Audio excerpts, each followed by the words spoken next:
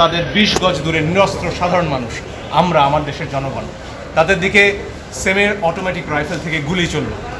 এর দৃশ্য দেখার পরে আসলে বাসায় বসে থাকার কারো কোনো সুযোগ নেই। আমাদের যার যার অবস্থান থেকে প্রতিবাদ করতে হবে এবং একজন আইনজীবী হিসেবে সেই কাজটি করার জন্য আজকে আমরা আদালতে এসেছি। আমরা আদালতে বলেছি নিরস্ত্র প্রতিবাদকারীদের উপরে গুলি চলতে পারে না, যেটিকে ইংরেজিতে লাইভ রাউন্ড বলা হয়, সেটি করার কোনো সুযোগ নেই। আর অনেক ভিডিও আপনারা দেখেছেন, একটি কিশোর চারতলা একটা নির্মাণাধীন ভবন থেকে সে ঝুলে রয়েছে, তার কিচ্ছু করার উপায় নেই, ওই অবস্থায় তার উপর গুলি চলেছে অনেকবার। আপনারা দেখেছেন রিয়া গোপ তার বাবার কোলে গুলিবিদ্ধ হয়েছে, আরেক শিশু সে তার চোখ দিয়ে গুলি ঢুকেছে, মাথার পেছন দিক দিয়ে বেরিয়ে গেছে। জিজ্ঞেস করুন সে কোথায় ছিল? তার বাসায়, ঘরের ভেতর, জানালা দিয়ে বাইরে তাকিয়েছিল, এই তার অপরাধ। এই জন্য আমরা স্পষ্টভাবে বলেছি যারা আন্দোলনকারী তাদের উপরে লাইভ রাউন্ড অর্থাৎ গুলি ছোড়া চলবে না। আপনারা প্রয়োজনে টিয়ার শেল ছুড়ুন, লাঠি চার্জ করুন, রাবার বুলেটও ছুড়ুন, তাতেও বহু মানুষ অন্ধ হয়েছে হয়তো, সে খবর আপনারা দেখেছেন, এত কাছ থেকে রাবার বুলেট ছোড়া হয়েছে। ফলে এই বিষয়গুলো সামনে আসতে হবে। আমার নিজের অভিজ্ঞতা আমি বলতে পারি, আমি ধানমন্ডিতে যখন হাঁটছিলাম আমার দিকে 2 রাউন্ড গুলি করা হয়েছে।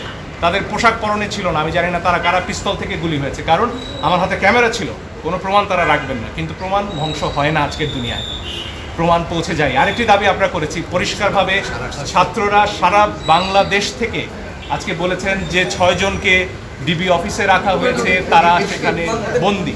তারা স্পষ্টতই ছাত্ররা বলেছেন কালকে ডিবি অফিস থেকে বা যেখান থেকেই হোক যে ভিডিও প্রকাশ করা হচ্ছে, সেই ভিডিওতে যে কথা বলা হয়েছে সেটি অস্ত্রের মুখে হয়েছে, ছাত্ররা সেটি বলেছেন।